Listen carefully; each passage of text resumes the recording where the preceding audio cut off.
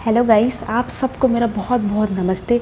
तो चलिए आज मैं आपको ध्यान के दो ऐसे बहुत ही ज़्यादा इम्पोर्टेंट आसन के बारे में बताऊंगी, उनका अभ्यास करके बताऊंगी, उनके बेनिफिट्स बताऊंगी, जिनको करने से आपके मानसिक और शारीरिक तनाव को आप दूर कर सकते हैं, उसके लेवल को आप बहुत ज़्यादा डेवलप कर सकते हैं और साथ ही साथ अपनी बॉडी एंड माइंड को भी काम कर सकते हैं। तो ये दो आसन हैं जिनका नाम है वीरासन और वज्रासन। तो सबसे पहले हम वज्रासन का अभ्यास करेंगे। तो वज्रासन में आने के लिए सबसे पहले आप देख लीजिए आपको किस तरह से वज्रासन का अभ्यास करना है। वज्रासन में आने के लिए आप अपनी मैट पे इस तरह से अपने पैरों को, घुटनों को इस तरह से घुटनों पे एकदम खड़े हो जाएंगे और अपने घुटनों को एकदम जॉइंट कर लेंगे आपस में और अपने पैरों के पंजों को इस तरह से स्ट्रेट रखेंगे और अपने पैरों के अंगूठे को इस तरह से आपको अटैच करना है, आपस में लिंक करना है।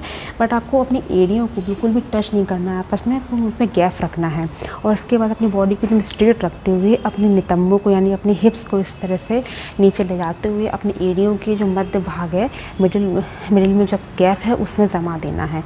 और उसके बाद इस तरह से नितंबों के जमाने के बाद अपनी मेरुदंड को, अपनी स्पाइन को एकदम सीधा रखना है, एकदम स्ट्रेट रखना है और अपने सिर को भी एकदम स्ट्रेट रखना है।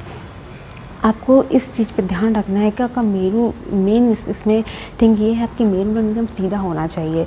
तो उसके बाद अपने हाथों की हथेलियों को घुटनों पे इस तरह से रखना है और उसके बाद ये आपका फाइनल पोस्चर है। उसके बाद आपको आइज़ क्लोज़ करके ही वज्रासन करना है। जैसे मैंने आपको बताया कि ध्यान का ये आसन है तो इसको आइज़ क्लोज़ करके ही किया जाना ही अच्छा है।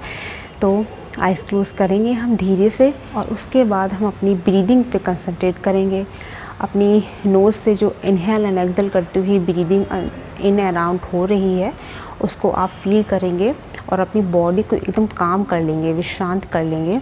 धीरे धीरे अपनी ब्रीदिंग को इनहेल एंड एक्सहेल करते हुए महसूस करेंगे और अपने मेरुदंड और अपने नेक एरिया पे अपने ध्यान को एकदम लगाएंगे, सीधा रखेंगे उसको और उसमें कुछ दिन शांति से रहते हुए अगर आप जितना देर रह सकते हैं, जितना देर ध्यान अगर आप लगाना चाहते हैं इसमें बैठ के तो आप काफ़ी देर तक लगा सकते हैं।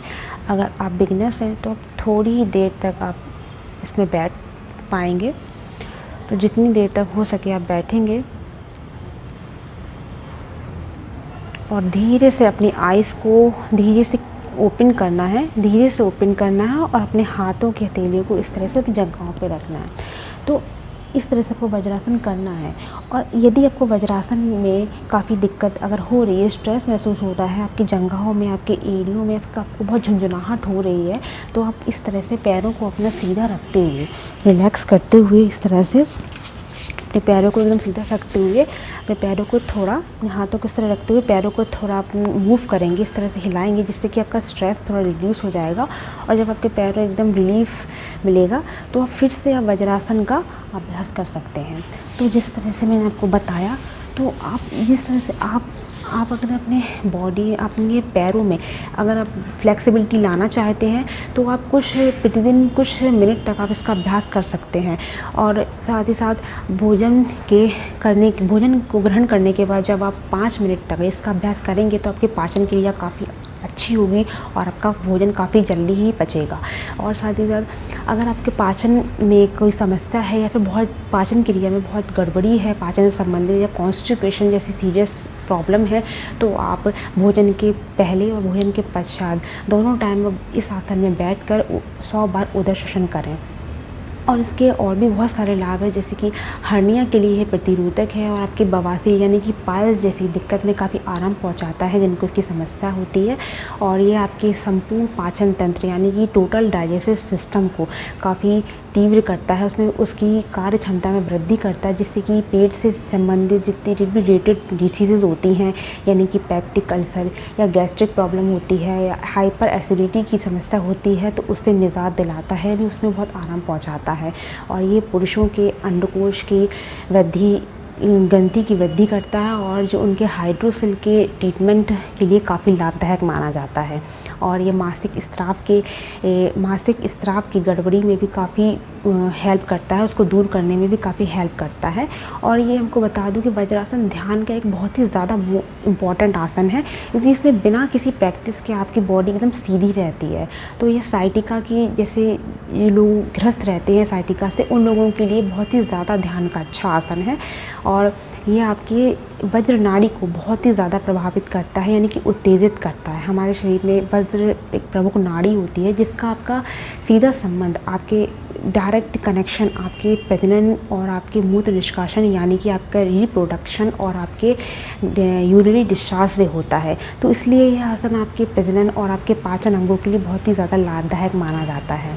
तो इसके जैसे मैंने आपको बताया बहुत सारे ही बेनिफिट्स हैं। तो साथ ही साथ अब मैं आपको वीरासन के बारे में बताऊंगी, वीरासन करके बताऊंगी। तो ये वज्रासन समूह का ही दूसरा आसन है, इसके बारे में आप जानेंगे। तो चलिए वज्रासन के बाद हम वीरासन का अभ्यास करते हैं। वीरासन में आने के लिए हम पहले वज्रासन में आ जाएंगे जिस तरह से मैंने आपको बताया, और उसके बाद आप मेरुदंड को अपना सीधा ही रखेंगे, एकदम स्ट्रेट रखेंगे, अपनी बॉडी को इस तरह ही रखेंगे, वज्रासन में था। और उसके बाद वीरासन में आने के आप राइट और लेफ़्ट किसी भी लेग से स्टार्ट कर सकते हैं। तो मैं राइट लेग से स्टार्ट करूँगी। तो राइट लेग को इस तरह से आपको अपने नी को ऊपर उठाना है, नी से, और अपने राइट लेग के पैर को, पंजों को इस तरह से अपने लेफ़्ट लेग के अपने घुटनों के पास इस तरह से अंदर को रखना है, अंदर रखना है। और उसके बाद आपको अपने राइट हैंड के नी को इस तरह से घुटनों पर, इस तरह से घुटने पर जमा देना है। और उसके बाद हाथ की हथेली को आप अपने चिन पर इस तरह से ऐसे रखना है, इस तरह से रखना है। और अपने लेफ़्ट लेग को अपने लेफ़्ट लेग के ऊपर अपने राइट लेग के हथेली को इस तरह से रखना है नी पर। और इस तरह से ये आपका फाइनल पोस्चर है। और उसके बाद आपको अपनी आइज़ को धीरे धीरे क्लोज़ करना है, और क्लोज़ करके फिर से आपको डीप ब्रीदिंग करनी है, यानी कि इनहेल एंड एक्सहेल करना है। और इनहेल एंड एक्सहेल करते हुए जिस तरह से वज्रासन में आपने ध्यान केंद्रित किया था अपनी मेरुदंड पे और अपने नेक पे और अपनी ब्रीदिंग पे, उस तरह से अपने नोज़ में जिस तरह से आपका breathing inhale out and in कर रहे हैं आप, तो उस तरह से आप डीप ब्रीदिंग करते हुए ध्यान केंद्रित करेंगे। और धीरे धीरे अपनी बॉडी को शांत करते जाएंगे, रिलैक्स करते जाएंगे। जितनी देर आप इस ध्यानात्मक आसन में बैठ सकते हैं बैठेंगे। और उसके बाद धीरे से आइज़ ओपन करके धीरे से अपने हाथों को अपने हाथ को चिन से हटाएंगे। और उसके बाद आप इस तरह से आप जैसे मैंने लेफ़्ट लेग से मैंने आपको राइट लेग से करके बताया, उस तरह से आपको लेफ़्ट लेग से इसका पुनः अभ्यास करना है। तो इस तरह से आपको कम से कम 2 मिनट तक इसका अभ्यास करना है। तो राइट लेग लेफ़्ट लेग, तो इस तरह से अगर आप अभ्यास करेंगे तो उसके काफ़ी बेनिफिट्स हैं, जैसे कि ये आपके मन को, आपके माइंड को काफ़ी बैलेंस लेवल पे लाता है, काफ़ी बैलेंस्ड करता है। आपकी एकाग्रता को, आपकी कंसंट्रेशन को काफ़ी बढ़ाता है। किसी भी चीज़ में आपकी एकाग्रता काफ़ी अच्छी हो जाती है, क्लियर हो जाती है। तो इसके साथ ये आपके मानसिक और शारीरिक लेवल पे आपको विश्रांति प्रदान करता है। आपका मेंटली, आपका फिज़िकल लेवल काफ़ी स्ट्रॉन्ग हो जाता है, डेवलप हो जाता है। और ये आपके चिंतन को काफ़ी सूक्ष्म करता है, यानी कि आप किसी भी थिंकिंग लेवल को आपके क्लियर करता है। आप किसी भी चीज़ को आप उसमें थिंकिंग करते हैं तो उसमें काफ़ी ज़्यादा आपके लिए लाभदायक होता है। तो इसलिए ये सबसे ज़्यादा उन लोगों के लिए उपयोगी है जो काफ़ी चिंतनशील प्रवृत्ति के होते हैं, यानी वो बहुत सोच विचार करके भी अपने सोच को एक जगह केंद्रित नहीं कर पाते हैं, उनकी सोच बहुत अनियंत्रित रहती है, तो उनके लिए बहुत ज़्यादा ही लाभदायक है। तो इसी तरह मैं आप चाहूँगी कि आप वीरासन और वज्रासन दोनों ही ध्यान के आसन का अभ्यास करें और इसी तरह अपने माइंड को, अपनी बॉडी को और इस तरह से एक जगह कंसंट्रेट करें। ये आज के लाइफ के लिए बहुत ही ज़्यादा लोगों के लिए ज़रूरी है। तो इसी के साथ में आप सभी को मेरा नमस्ते गाइस। आप सभी वीडियो को लाइक, शेयर और सब्सक्राइब करना बिल्कुल भी ना भूलें। Bye guys.